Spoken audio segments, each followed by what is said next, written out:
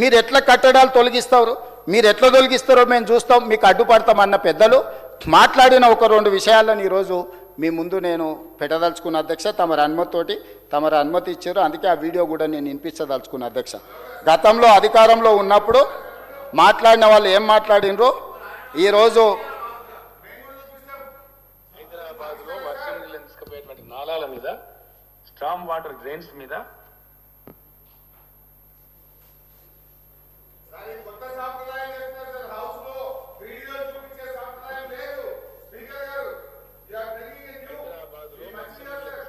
నాలాల మీద, storm water drains మీద 28,000 అక్రమ కట్టడాలని, అక్రమమైన బిల్డింగ్ కట్టడం మొదలు పెడితే వితౌట్ నోటీస్ అధ్యక్ష, చట్టం చెప్తా ఉంది, చట్టం no notice will be given, it will be demolished. అంత కఠినంగా ఉంది అధ్యక్ష చట్టం. ఎట్టి పరిస్థితుల్లో ఉపేక్షించే ప్రశ్న లేదు.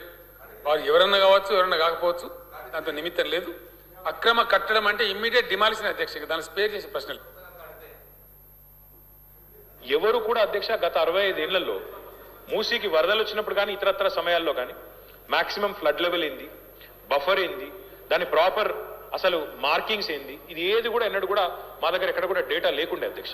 ఈ గవర్నమెంట్ వచ్చిన తర్వాత మనం సవ్యంగా మూసీకి పోయిన సంవత్సరం 2020 అక్టోబర్లో వరదలు వచ్చినప్పుడు వరదల ఉధృతిని కూడా స్టడీ చేసి, టెక్నాలజీని కూడా వినియోగించి, డ్రోన్స్ని కూడా ఉపయోగించి బ్రహ్మాండంగా అటు ఎంఎఫ్ఎల్ బఫరు ఏది ఎక్కడ ఎంత ఉంది అనేది కూడా మార్క్ చేసి మొత్తంగా ఐడెంటిఫై చేశాం అధ్యక్ష.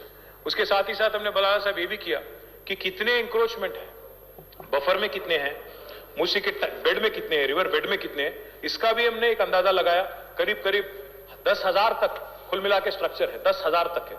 उसमें मलकपेट में भी है, अंबरपेट में भी है, कई सारे जगह है. आप भी जानते हैं, मैं भी जानता हूं. एक दिन में ही आए नहीं है, बहुत सालों से चलता आया, तो ये सब वहीं पे है.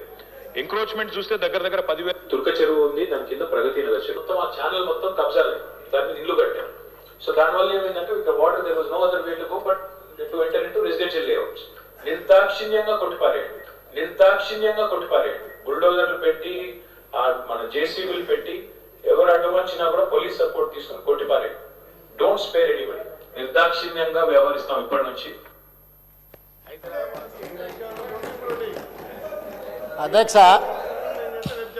అధ్యక్ష విన్నారు కదా,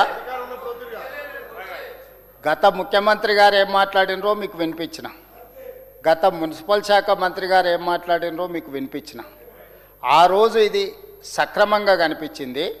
ఈరోజు ఈ ప్రభుత్వము ఆ కార్యాచరణను కొనసాగిస్తుంటే ఇది తప్పుగా, అక్రమ వసూళ్లుగా, ఇది అక్రమ చర్యగా కనిపిస్తుంది.